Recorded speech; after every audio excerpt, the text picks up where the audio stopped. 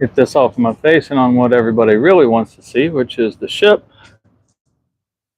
USS KIDD is underway for dry dock, and I think I have this modern technology figured out now.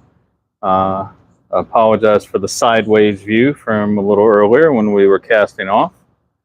But you can see La Berge Casino there. That's a little landmark for you if you want to look up where we're at on the river. It's disappearing around the bend.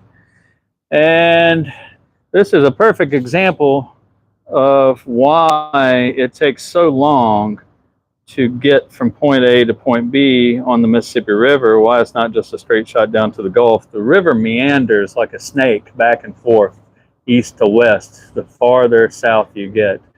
Huge bends, and that makes navigating quite difficult on the river. River pilots are some of the best paid guys out there because they have to meander these huge barges that you see right here, and I apologize for the shaking, around all these turns back and forth. And of course the river scours the bottom, changes the size, the depth, everything. But we are rounding the bend, and that settlement that you see back in the distance there is actually the town of Plaquemine, and we are headed toward Plaquemine right now. And everything is going well, everything is stable. We're going to go up onto the flying bridge and have a look around.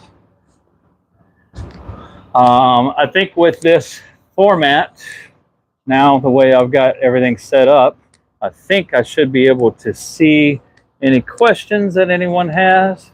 So if you have questions, shout out, and maybe I might be able to answer them if they're not scrolling by too fast. We do have the Jolly Roger flying. A lot of people were concerned about that in the texts on live stream. Hey Lego, yes, we are sailing down the good old Mississippi River.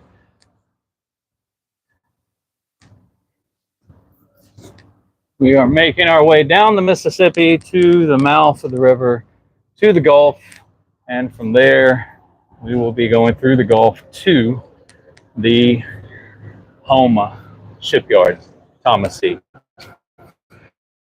Are you coming all the way down today? Not foresee any stops, but I have no control over that, so I cannot predict it. We're going to go on up to the flying bridge. I think Lego is excited. How does it feel to be on a World War II era destroyer in a World War III configuration, sailing once again? Yeah, no, we're not in World War III. But sailing her once again is great. And we are, this is Nathan Bergeron, ship technician, senior ship technician, master chief technician. Thank you. And he's actually watching me live stream him on his phone. So we are, you can see the farmland now on the Baton Rouge side of the river, but Baton Rouge is well behind us. We're up on the flying bridge. This is where the Mark 37 director is. And this is the fire control for the 5-inch guns, and it also could control the searchlights. Other than the mast, this is the highest point on the ship. So this is where your gunnery would be. We'd be taking out that barge and tug right now. It's not focusing for me. There we go. Sam, I am very excited too, so do not worry about being excited. Here's another target coming along the way. By the way, there's been a lot of back and forth between our friends on the New Jersey. Like that's that antenna throwing things out of alignment, focus. There's been a lot of talk going back and forth, trash talk between our friends on the Texas and on the New Jersey about who the fastest battleship was underway in 2024. Well, I got news for you, boys. You beat. We are making 9.8 knots at the moment, which means we are the fastest museum destroyer on the water at the moment. And if I remember the numbers that were being thrown around earlier, we have Texas and New Jersey both beat. So forget about Gun Club. Tin Can Club is ruling the waves right now as far as museum ships go underway. Any questions out there anybody would like to ask? If I can answer them, I will. If they're security related, I'm not going to answer them. So be aware. This is a good shot of the Crosby Integrity in front of us, towing us, and the sheriff's boat that is providing our security along the way.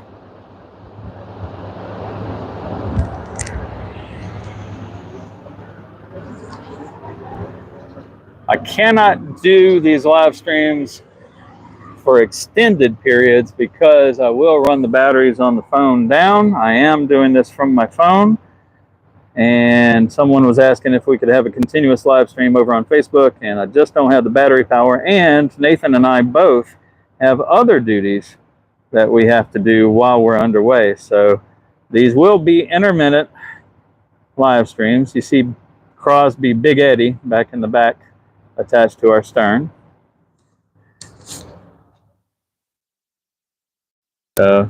These will be intermittent, but we will be doing them as I can keep the charge in on my phone. Thank you, Squidward. We love her too. She is a beauty. And once we get out of dry dock, she's going to be even more beautiful. I will address right now, you see some of the rust right there. We started a while back restoring the bridge level. You can see the fly-in bridge level here. Nathan Bergeron and Oren Bordelon did a fabulous job doing restoration up here on the flying bridge.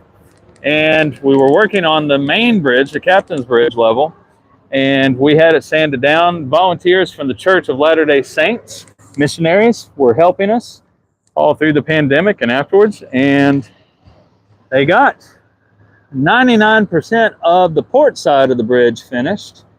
And that's when we got word that we're pushing for dry dock. We need to do dry dock prep. And so you see port side looks fabulous. Well, starboard side did not fully get addressed. We had started tearing it apart to do restoration, and we did not get to it. And you see some areas have gotten some surface rust on them, but we will get there. We're going to blast all of this and paint it. How long will she be in dry dock, John wants to know. Well, I can't answer that exactly, but the main thing that's going to happen in dry dock is repairing the hull, the touch points where the cradle and the hull has been impacting for 41 years. And then from there, we will be, like Texas is right now, we will be pier side, blasting and painting and doing other work on the interior. Yeah, New Jersey and Texas do have us beat as far as biggest museum ships underway. Not debating that. But as far as speed, we got them beat right now. Now, when they go home, who knows? Hello, Buffalo, New York. I was up there in September.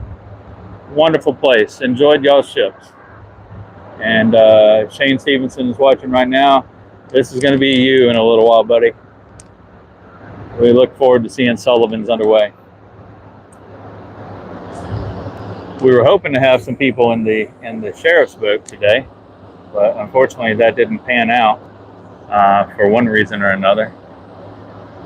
Squidward's in Pensacola. Beautiful air museum over there, man. Beautiful. Love it. In fact, our A7 Corsair that is mounted outside of the museum on the grounds actually comes from Pensacola. It's on loan from Pensacola. Can I go on Sullivan's? So far as I know, Sullivan's is open for touring, at least on the main deck. You would have to talk to Shane and the folks in Buffalo to know. Todd is a docent on the Sullivan's. Fantastic. Love y'all's ship. And incidentally, one of the projects we're going to be doing on KIDD in dry dock or in the shipyard is ripping out our dumbwaiter and realigning our mess deck ladder.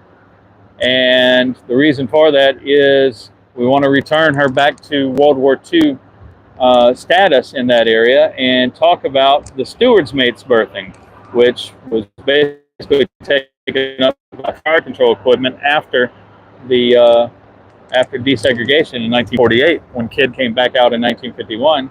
They didn't need it because everybody was integrated, everybody was in the same crew spaces. And as a result, what we have right now reflects Cold War, Korean War era, and we're going to put it back to World War II era so we can talk about the way things were segregated and talk about those black crews and how they lived their lives here on the ship in World War II. Sullivan's never had her realigned, never had the dumbwaiter put in. For that matter, neither did Cass and Young over in Boston. And so what I was doing in September was traveling to those ships and taking pictures to go along with blueprints that we have so that we know exactly how things are supposed to set up, and doing a little bit of archaeological digging too to see if I could find any weld marks or anything showing how the bunks were aligned, if they were exactly the way they were on the blueprints or if they were a little bit different. So that was a lot of fun. I got to see our three sister Fletchers, our two other sister Fletchers, and hopefully one day we'll be able to get over to Greece and see Velos, the ex-USS Charette. As a matter of fact, we do have a dumbwaiter, Todd. I was really surprised that we don't, that Sullivan's and Cass and Young don't have the dumbwaiter, but they do have that partition with the room for all the fire control equipment. That was not there back in the day, whenever the steward's mates were there. So yeah, it's interesting to see the similarities between the Fletchers and the changes that were made and some of the changes that weren't made on different ones.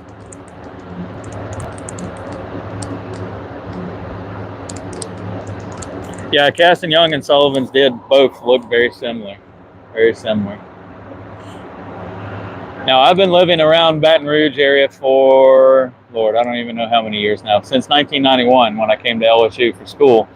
And what you're seeing here is something that I've never been able to see, I've never noticed on maps, but there's a little island right there, right in the middle of the Mississippi River. And that's not unusual if you've never looked at the Mississippi very much, particularly up around Missouri. You'll see little islands popping up here and there. But there's a little island right here at Plaquemine with a little channel to either side of it in the river. That's a revelation to me. I have never seen that before. Of course, I'm not cruising up and down the Mississippi very much because this old girl does not have her engines running. Mad Tracks. How does it feel sailing on the Kidd? Well, Nathan just called me out a little while ago. I was busy doing social media on the phone, and he said, "Tim, you're not excited. What's wrong with you?" And because he's very excited. Nathan worked on the Kidd back in the 80s and did a lot of the restoration. In fact, at a later live stream, I'll walk around and I'll just point out some of the stuff that Nathan fabricated to get the Kidd back to World War II configuration. Tim Rizzuto at this later is one of Nathan's strongest singer of praises. He talks about how he couldn't have done stuff on the Kidd if it wasn't for Nathan. And Nathan was calling me out, "You're not excited." And why aren't you excited? And I've got to tell you, I think when I get her in dry dock and she's sitting there high and dry and safe and sound, that's the moment when it's all going to hit me. I am enjoying this, no doubt, but it's all enjoyment on the inside. I don't know that it's showing to anybody else on board, but it is something I have never experienced before, and when we get her back home, very likely I will never live to experience it again. So I am taking it in. I am having fun. I'm enjoying it. It just may not be showing on my face or sounding out in my voice. Any word on dry dock tours? No, not yet. That's something that is still being discussed. Yes, we do have a generator running for shipboard power. We've got a backup generator as well, so we should be in good standing. Have we noticed anybody ashore watching in awe of seeing a weird boat on the river? Well, first I take umbrage at the word weird. Kidd is not weird. She is vintage. No, I have not noticed anybody on shore other than when we left McKinney. There is not, I'll pan here, there is not a lot of places that people can get directly onto the river. We have a huge levee system down here in Louisiana, and usually it sits back from the tree line a little bit that you see. So it's very likely, we passed some spots earlier, those trees are flooded in that area, so nobody can get really close to us. When we get up here by Plaquemine, we may see some people. We may not. And scared of the Jolly Roger. I tell you what, I put a picture up on social media a few minutes ago of us passing Le Berge Casino, and I talked about, you know, all guns bear to port, and, you know, we're coming fundraising. So hopefully they get the joke. Sometimes people on the internet are a little too serious. I would never point these guns at anything, and they're not allowed to fire anyway. I am not the only person on the ship, All American Travels, and thank you, by the way, for the shout-outs that you've given us. No, we have a crew on board. TNT Salvage is on board, monitoring everything. Crosby is providing the towing. Budwine was doing the diving on us a week ago, and a little over a week ago, and putting some patches down there. Can I go to the 40 millimeter? Well, I can point at the 40 millimeter, but I don't want to climb the ladder too much while I've got only one hand free. But this is our twin 40 millimeter on the port side, and then we've got the twin 40 millimeter over on the starboard side. And you can't see the quads because of searchlights. So there's our 20 millimeters. I'm sorry, not 20 millimeters, 40 millimeters. Back in the day when she was built, she had 20 millimeters where these guns were.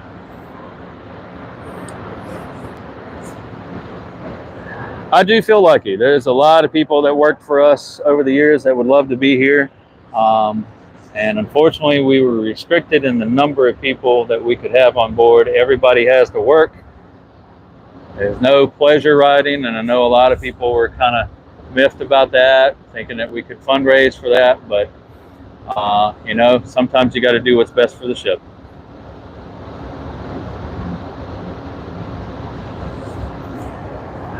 Yeah, she had a fit out of single 20s. One would have been right where you're looking at, port side gun tub. One was on the starboard side gun tub, and then right here in the middle, just forward of the bulwark for the bridge and aft of the 5-inch gun, you would have had a third single 20 millimeter, and that 20 millimeter basically just panned port and starboard facing directly up.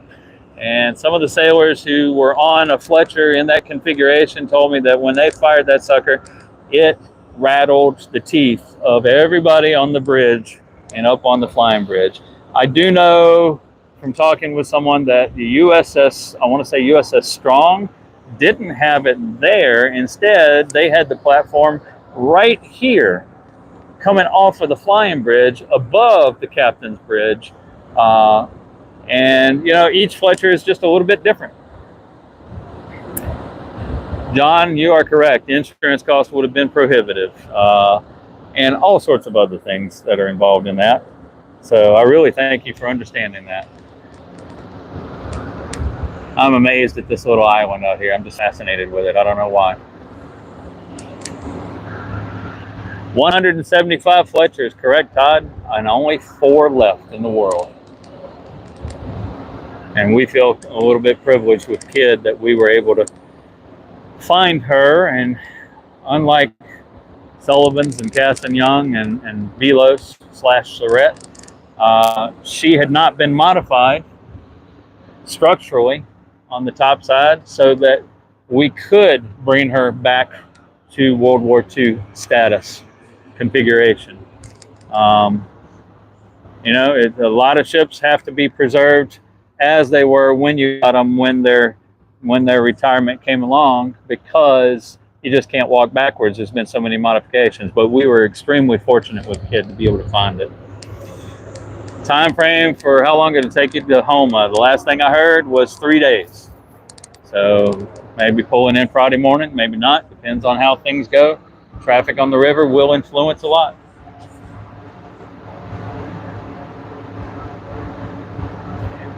Todd, we talk about Sully, and we talk about Cass and Young and Velos quite often too. I'm glad to see somebody else calling her Sully, because I see it, and I know some people, get upset about, you must call her the Sullivans. So I'm glad to see she has a nickname. Yes, Lego. Laffy is the sole survivor of the Allen M. Sumner class. I was really happy to see that she got some attention in the shipyard a few years back. They desperately needed it, and I'm glad to see that she's afloat and doing well. They did have well, I'll take that. Let me correct a little bit, John. The flying bridge was not covered. The captain's bridge, what we're looking at right here down, was covered. They had a windscreen on it and a roof. KIDD did have that when she came into Baton Rouge. And in fact, when we were emptying out magazines and everything, deep storage, I found the windows to that windscreen, and a couple other things from Cold War era. They're stored away in storage right now off the ship. Good day, Australia. Good day, good on ya, and good to see ya. Fair dinkum. We have an Aussie Rules football team here in Baton Rouge. I was one of the early members. Of course, everybody has a nickname, and I got stuck with the nickname Token because I was the only American on the team. But Aussie Rules football is great, and if you get a chance, go to usafl.com and find the nearest Aussie Rules team near you and support them, because it's a lot of fun. The name of the tug pulling us is the Crosby Integrity. I love that name. We are coming up on a portion of Plaquemine. This is one of the refineries in the area.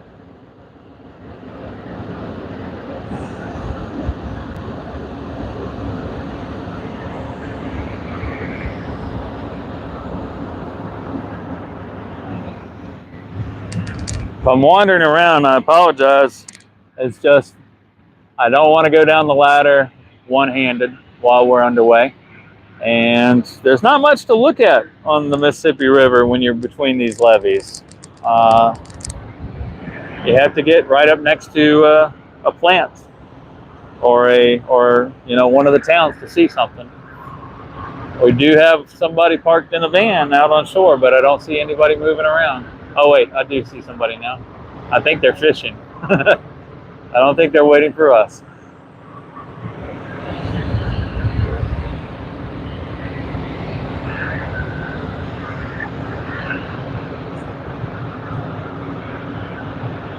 That water tower down there is going to be where we actually get to see Plaquemine.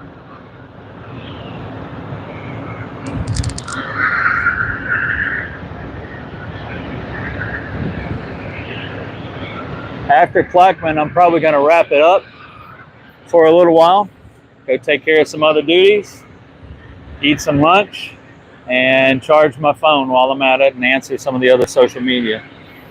Will we be moving at night or only during the day? I do not know the answer to that. I am guessing that we are probably going to be going constantly, but do not quote me on that, because I do what the salvage master and the tow master tell me, and they technically are in charge of the ship at this point. The reason I have been brought along is because of my familiarity with the ship and the ability to save them time from running around and hitting the wrong locations if there's an emergency, knowing where power is, knowing what works, what doesn't, that sort of stuff. So let's see. When you get to Darrow, you will have the guys at Cooper T watching from the cranes. Very good, very good. Where is my bunk for the night? You know, we pulled all the mattresses out for fire hazard. And so there are only a couple of mattresses on board. I think most of the salvage crew is going to bunk in the wardroom. We have command central in the wardroom. I am somewhat prone to, what do you call it, vertigo. And so I will probably, once we get to the Gulf, not be any higher than the main deck, just because that is going to be the lowest point of movement, least movement there. So I will probably bunk somewhere on the main deck. I've got a sleeping bag and a big foam egg crate to lay it on. And right now I've just got my stuff stored in the supply office over at Midship's Passage. So I may end up bunking there.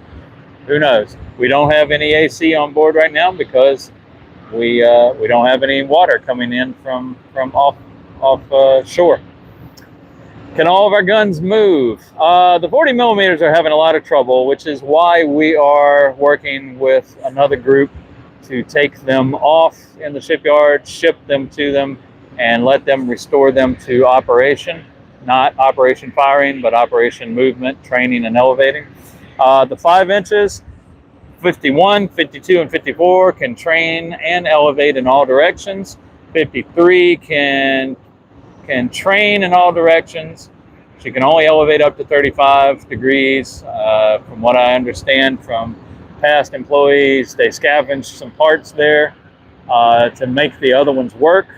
And number 55 cannot train at all. She used to be able to elevate, but unfortunately some of our volunteers back in the day got tired of seeing the little Cub Scouts elevate that sucker all the way up to like 90 degrees. And they wired the training mechanism shut so that they couldn't move it away from the 15 degrees that we keep them at. And as a result, she froze up. And we freed her up a couple of different times, but when that sort of thing starts happening, unless you move them regularly, and we are a small staff, we have a schedule that we do it on, but 55 likes to freeze up a lot. So no, 55 won't move. So 3 of them will fully train and elevate. Sean, I actually have a hammock on board and I may actually use it. So thank you for that tip. I do remember that if you're in a hammock, the ship swings around you, not you around the ship. Commodore Coy, I love being able to give this to you. I wish I could just have the camera going all day long, all night long, but unfortunately I can't due to battery power and other duties. But we will keep doing this as long and as often as we can. It is me. Who is Commodore Coy? Give me a name.